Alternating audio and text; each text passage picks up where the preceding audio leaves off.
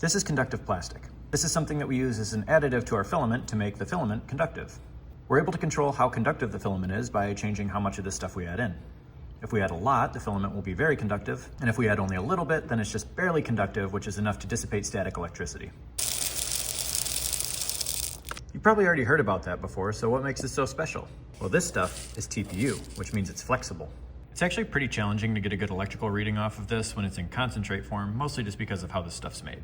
When concentrate or a filament is made, we usually make it at a much lower temperature than what you print at, which means that the outer perimeter is more plastic than concentrate, and what we care about is actually the cross-section to make sure that we're getting the concentrate itself when we're measuring the true conductivity of the plastic. And that'll be a closer representation of what your final print would be like. I can try to get a reading just by hooking up the probes to the end of this, but basically the harder I push on it, the more conductivity I'm gonna get.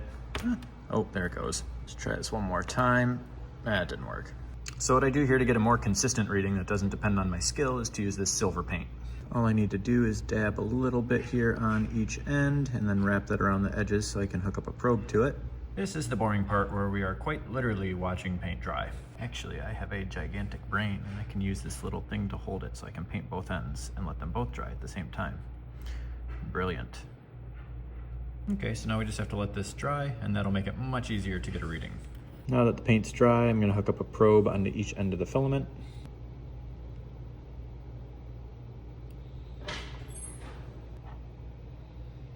All right, then if I hold the other ends onto the probe, it looks like we're getting about 300 ohms.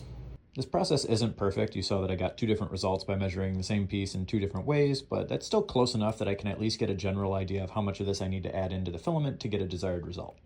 The only way that we're gonna know for sure is to actually make it and see what we get. And if we ignore the part of this that I painted conductively, it looks like we're looking at a span of about 3.8 millimeters. And if you're curious, the entire part is about 9.1 millimeters. I'm making this in response to Chep's video where he was looking for a conductive TPU, and since we have all the supplies to make it, we might as well give it a shot.